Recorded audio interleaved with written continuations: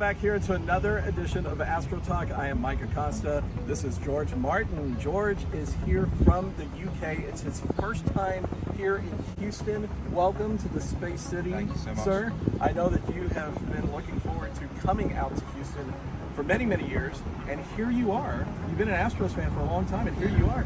23 years. Yeah. It's been a whirlwind for you since you've been here, right? Absolutely. It's been astonishing. The generosity, I keep saying it, the kindness and the warmth that's been offered to me by Houstonians that I had known for years from being online as Astros Fans UK, and also just coming here and meeting afresh. It's been something which I've never experienced before. I know there's naturally a little bit of novelty in that, but in terms of, I feel like it feels genuine, and in terms of my experiences in Houston so far these last few days, I'm loving it. Absolutely, really falling in love with the city in a way which I wasn't into before because I wasn't physically here. Yeah, the Houston fan base is fantastic. The Astros fans are fierce. They back their team. The Houston fans, and I know they've reached out to you. They've brought a lot. That you had Whataburger for the first time. I did on the first right? day here, yeah. And how was that? It was, honestly, it was better than expected. It was close to midnight, and I had just come from Sugarland, and it was perfect midnight.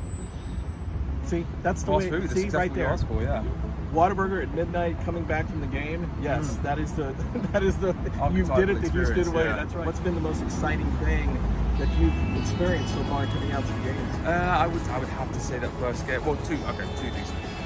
Let's start with the ball game on Monday against the Rangers. That was, from my first experience of a game, an Astros game in the flesh, that was absolutely beyond description. I mean, wow, to have this game high scoring, topsy-turvy roller coaster ride. You know, first we're ahead, then they're ahead, it keeps changing, and then in the seventh we go 3 down, and there's a playoff vibe in there. And there are a lot of Rangers fans in there, a lot of Astros fans. There's a bit of edge to the atmosphere, and then turn it around and then walk it off in the bottom of the ninth. It was absolutely sensational, and I would say it was thrilling. I've been lucky enough to experience that in other sports that I'm keen on, but in terms of having a baseball experience like that, it was phenomenal. Secondly, for me, the experience of actually walking into Minute Maid for the first time, which I did on the tour on the Monday, that was seeing it in the flesh for the first time. I've seen this building, the interior of it, so many times over the years on TV. I couldn't put a number on it, hundreds and hundreds of times.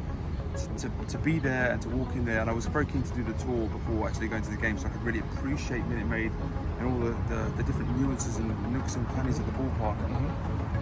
I honestly keep saying this, it's a lot larger inside than what people give it credit for. People seem to have this reputation for it as a small ballpark because they think of how short left and right are compared to some other ballparks. But no, when you're in there, the stadium, it's vast.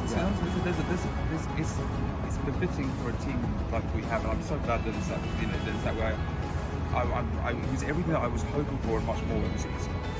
That was really something that was thrilling. What has been the most favorite thing that has happened so far? You put me on the spot there. I mean, honestly, I'm really struggling because I would have to say, meeting all the different fans here, and you know, I'm getting stopped, asked for photos. I'm just a fan. I'm pains to stress that I'm very, very passionate about the Astros, and I have been for many years, and I think that's why it's reflected back, because they understand that it's a genuine love for the team and everything that it represents. You know, there's something that I'm really, really curious about, and you can, you don't have to give a long answer or whatever, but Sure. but you know, so I'm a native Houstonian. Yep. I grew up in Houston. I was in the Astro Buddies. I went to the Astro. I went to all the games. Even as an adult, you know, I went before I started working for the team many years ago. I went to the games even by myself. Like I went, you know, and so like I'm from Houston. You're from across the pond. Yeah. You know, what drew you into the Houston Astros? Because, you know, you could have been a fan of, the Yankees or the Dodgers or any other team in the United States. What is it about the Houston Astros that really brought you here? Well, I mean, I guess there are two parts to it. There's when I first became a baseball fan, which I was 14 years old. I was up late and I was watching the ESPN feed, which was shown on network television in the UK for Sunday night Wednesday night baseball. You know, John Miller and Joe Morgan. I loved those days, listening to them talk about what's going on in the game, and I didn't know anything about baseball at the time. I played a lot of cricket, and I was a bowler. So what actually attracted me initially first to the Astros, because I knew that I'd have to choose a team in order to really get into the sport.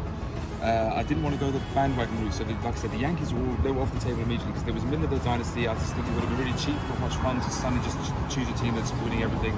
It wouldn't really have added to it. I wouldn't have felt it. So I wanted to pick a team that was exciting, but had never won a championship. So looking at the Astros, it was actually Mike Hampton who drew me in because. Wow. Bulldog, he could hit like for a pitcher, he could hit. So obviously we're kind of spoiled now with Shohei Ohtani doing this astronomical, ridiculous feats, which have kind of taken away from other pitchers who were able to hit well. So Mike Hampton was a hit. He was a good hitter. He was very good. So it's like a fifth infielder exactly. out there. So it attracted me because in cricket you have what are called all-rounders players who can bowl and bat very well. So it had a connection there. So I made the decision after the '99 season, like, right, I'm going to get into the sport in 2000 and I'm going to be an Astros fan on the basis primarily of Mike Hampton.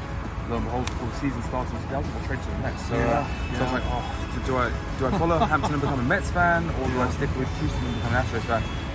I thought if I follow Mike Hampton, I'm going to end up changing the team that I support every year or two whenever it gets traded. Sure. I thought it's never going to be a real connection. So no, I decided, I made my decision. The Astros, and kind of, even with the unis which they had at the time in the late 90s with that shooting star, that kind of, I found that kind of cool. Mm-hmm. And then it was moving to here and a fresh start. It was like, a new start for this team, and I was on board with it. I mean, I guess it's more in terms of primarily what attracts me to Houston is more kind of grown over time, because I think that when you're starting a sport, I consider it like a second language, because like I grew up with more traditionally English sports. My dad's a big football fan, he's in soccer, and that's what I've grown up with in my blood. So I still feel like even now, 23 years after that, like when I'm talking about baseball, I'm learning all the time still, and it still feels like a second language in the sense that I want to make sure that I'm not making mistakes, and I want to make sure that I'm considering things in the right way from an MLB context. And it's just the love for Houston's grown over the years, and like I said, this has properly come to fruition now, actually having been here. Like my love for the Astros, again, because it was a second language, it kind of grew over time. So when, the example I would use is like when we lost in the 2001 NLDS to the Braves. Yeah. It was sad, but I didn't really feel it because I'd only been a fan for a couple of years, and I was still learning the sport. It's like, I'm sad that we lost, but we move on. In 2005, losing that World Series, that hurt because I've been a fan for 4 or 5 years. Seen us come up short in 2004 against the Cardinals in the NLCS, and getting to the World Series, and then Jeff Blum hitting that run off Estacio. That was like 6:30 in the morning or something UK time. So that was I understood what the pain was, and it was amazing when we won the World Series last year. It was absolutely astonishing, and I could talk at length. I won't, but I could talk at length about the experiences of that postseason last year and how much it meant. But it was phenomenal. The observation that I take away from your experience here is that this is the reach. It's not only, it is Houston, it is the Houston Astros, but it was the story that evolved from a Major League Baseball team and how it's spilled over across towards Europe, and into London, into the United Kingdom, to where now, you went to the games over there that they played in the regular season a few weeks ago, and the atmosphere that I saw was just intense. And I think there's going to be, it speaks to Major League Baseball as a global sport. It has always been known as the national pastime in America, but it also has grown into a global sport. It's a pleasure to see you. It's a pleasure to meet you for the first time. I'm glad you're having a great stay here in Houston, and hopefully the rest of your stay you see a lot more Astros wins and have a great time here in Houston. Give them your socials out there. Absolutely. And so that way, if somebody's out there that hasn't seen you before, they can now follow you. If somebody's out there that's not following George, go ahead and give it.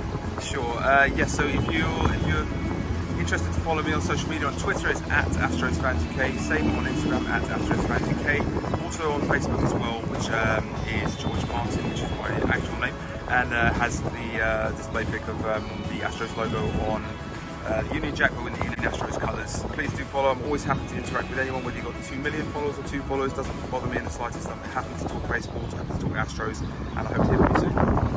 Great. George is a perfect example of what a baseball fan should be, and an ambassador across the pond in the United States as a baseball fan. So thanks for stopping by once again. Thank you. you. Good to see you. You know, the first jet back, Yeah, that type of guy.